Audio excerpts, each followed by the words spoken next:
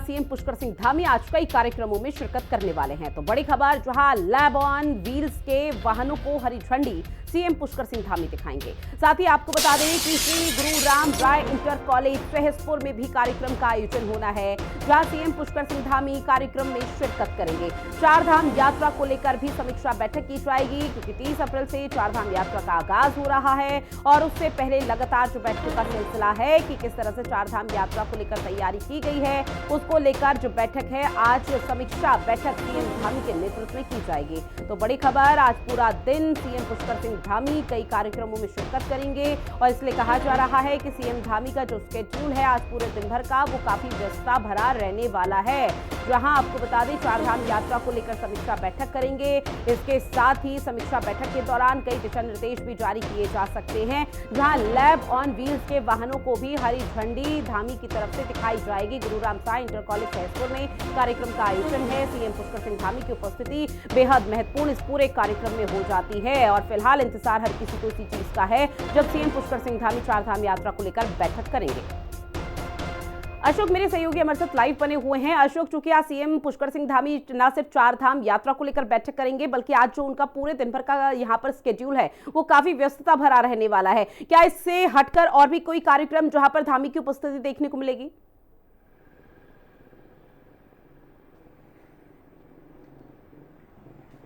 बिल्कुल ऋतु, देखिए मुख्यमंत्री पुष्कर सिंह धामी के अगर सभी कार्यक्रमों को लेकर के बात की जाए तो आज मुख्यमंत्री के तमाम जो कार्यक्रम है वो देहरादून में ही रहने वाले हैं। सबसे पहले अगर बात करी जाए तो देखिए 10:30 बजे मुख्यमंत्री आवास में ही सीएम धामी जो लैब ऑन व्हील के द्वारा जो दूसरा चरण है उसके तहत जो वाहन अभी तक संचालित हो रहे हैं उनका फ्लैग ऑफ आज मुख्यमंत्री की ओर से किया जाएगा।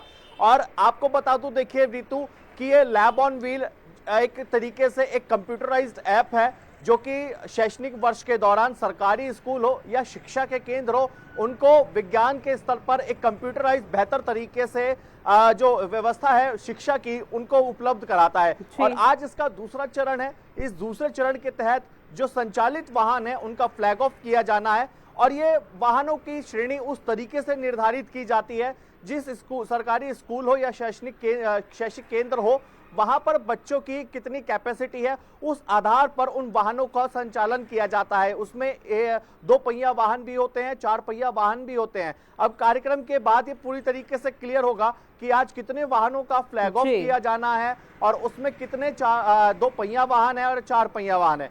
इसके अलावा करीब 11:30 बजे के आसपास श्री गुरु राम राय इंटर कॉलेज सहसपुर में कार्यक्रम का आयोजन किया गया है, जिसमें कि मुख्यमंत्री पुष्कर सिंह धामी मुख्य अतिथि के तौर पर प्रतिभाग करेंगे। लेकिन सबसे महत्वपूर्ण अगर आज के कार्यक्रमों को लेकर के बात की जाए तो 1:30 बजे सचिवालय जब मुख्यमंत्री पहुंचेंगे तो चार धाम यात्रा को लेकर के समीक्षा बैठक होनी है। और 30 अप्रैल से देखिए जिस तरीके से गंगोत्री और यमुनोत्री के कपाट खुलने के साथ उत्तराखंड में चार धाम यात्रा का आगाज हो जाएगा, उस लिहाज से ऋतु देखिए बैठक बहुत ही महत्वपूर्ण हो जाती है, क्योंकि इस बैठक में विशेष तौर पर फोकस रहेगा वो यातायात को लेकर के रहने वाला है। और इस बैठक में गढ़वाल कमिश्नर के साथ साथ आईजी गढ़वाल भी होंगे और जो सभी धामों के लिए हाल ही में जो सचिव नामित किए गए हैं, जिन सचिवों को अलग अलग धामों की जिम्मेदारी सौंपी गई है, वो भी इस बैठक में मौजूद रहेंगे। इसी के साथ साथ अगर हम गंगोत्री और यमुनोत्री यानी कि अगर बात करें जो कि उत्तरकाशी जिले के अंतर्गत आती है, तो उत्तरकाशी जिले के जिलाधिकारी भी इसमें रहेंगे,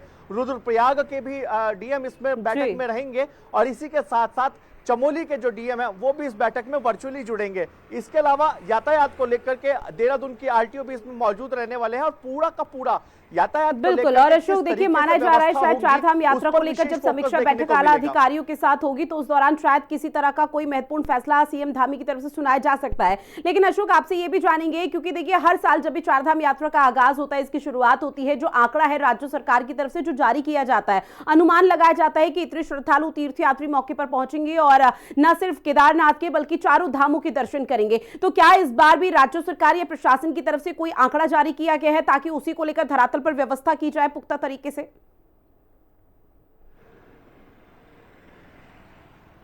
देखिए अभी तक अगर बात की जाए जब यात्रा की शुरुआत होती है, और ये हम सबको पता है कि शुरुआती दिनों में बड़ी संख्या में श्रद्धालु दर्शन के लिए पहुंचते हैं, इसलिए सरकार की ओर से पहले ही ये निर्णय लिया गया है कि शुरुआती 1 महीना जो रहेगा उसमें वीआईपी दर्शन पूरी तरीके से बैन होंगे।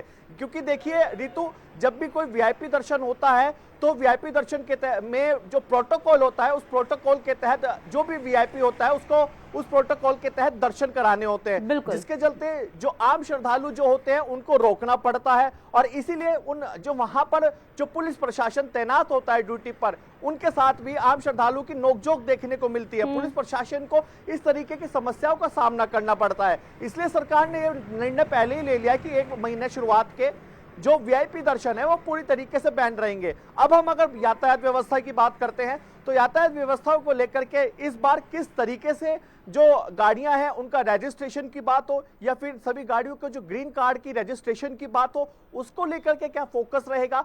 दूसरी तरफ पार्किंग की व्यवस्था किस तरीके से होगी। तीसरा पॉइंट यहाँ पर पहले दिन शुरुआती के दिनों में यह देखा जाएगा कि रोजाना कितने श्रद्धालु दर्शन के लिए पहुंच रहे हैं, कहीं प्रशासन को भीड़ को नियंत्रण करने में कोई दिक्कत। बिल्कुल, और देखिए यही एकमात्र वजह मानी जा रही है जिसकी वजह से राज्य सरकार पूरी तरह से एक्टिव मोड में है चारधाम यात्रा को लेकर।